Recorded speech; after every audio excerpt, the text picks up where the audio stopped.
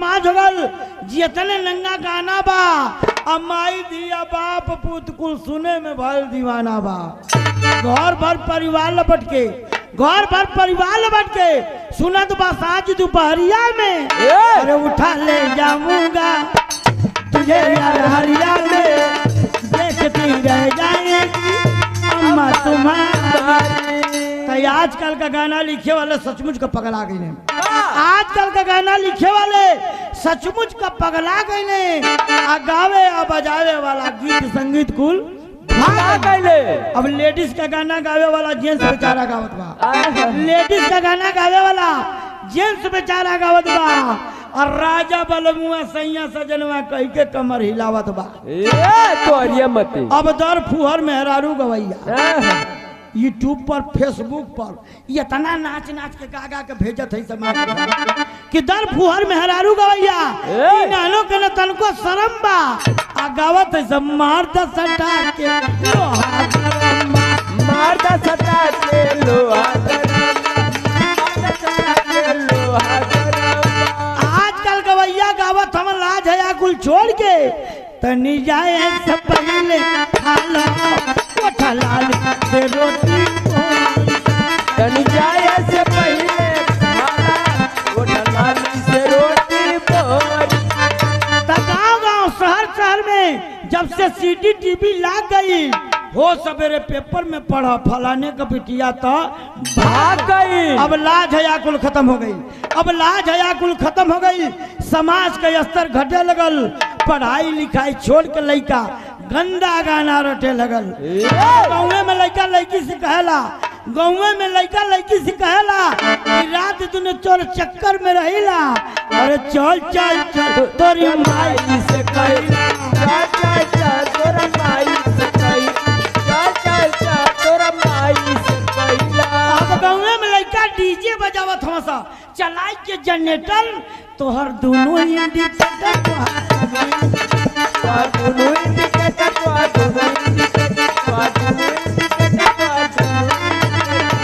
भैया समाज कब सुधरी? हे भैया समाज कब सुधरी? कभी अक्ल आई भगवान रघुपति राघव राजा राम पढ़ल लिखल गोबर के समान रघुपति राघव राजा राम पढ़ल लिखल गोबर के समान। एक कड़ी हमारे ओरिजिनल लगा दिया मास्टर कि अरे भारत के बनौला संविधान मोरे बाबा हो अरे दलितन का कल्याण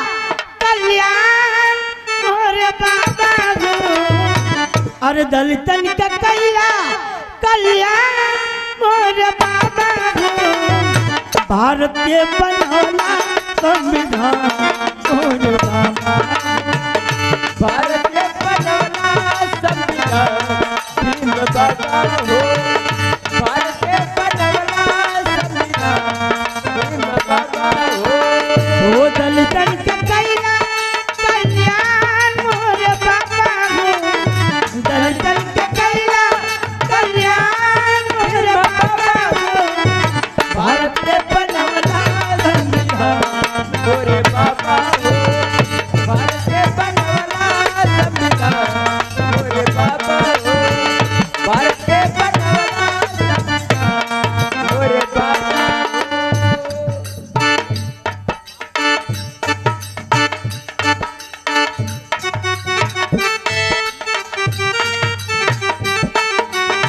ये देखे हमारे बड़े भैया जेई आमिर आलम जी की तरफ से 51 पुरस्कार बहुत बहुत नमस्कार प्रणाम कर रहे हैं। भगवान इनके धन संपत्ति में बढ़ोतरी करें इनकी आयु को बढ़ावें। कहना है कि पहले पीने को पानी नहीं आज यारो फ्रिज का पानी है।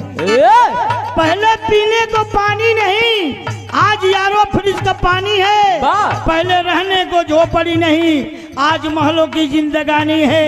आप कहते हैं कि ये भगवान की देन है नहीं ये हमारे बाबा साहब की मेहरबानी है। हमारे बाबा साहब की मेहरबानी है।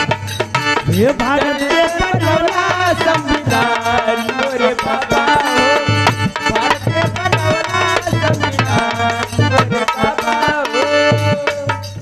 अरे दलित ये पिछड़ की आई क्या अधिकार दिलौले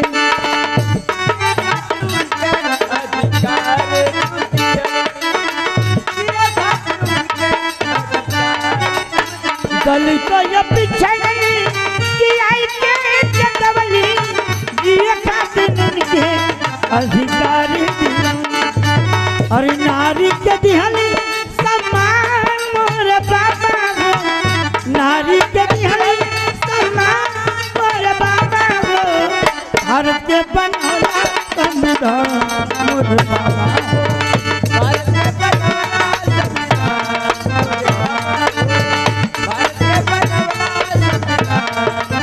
कहना है कि आप जहाँ खड़े हैं उसके लिए बाबा साहब ने लड़े हैं आप जहाँ खड़े हैं उसके लिए बाबा साहब ने लड़े हैं और जो आपके पॉकेट में पेन है वो हमारे बाबा साहब की देन है और जो आपके पास दौलत है वो हमारे बाबा साहब के बदौलत है और जो आपके पास कार है वो हमारे बाबा साहब का उपकार है।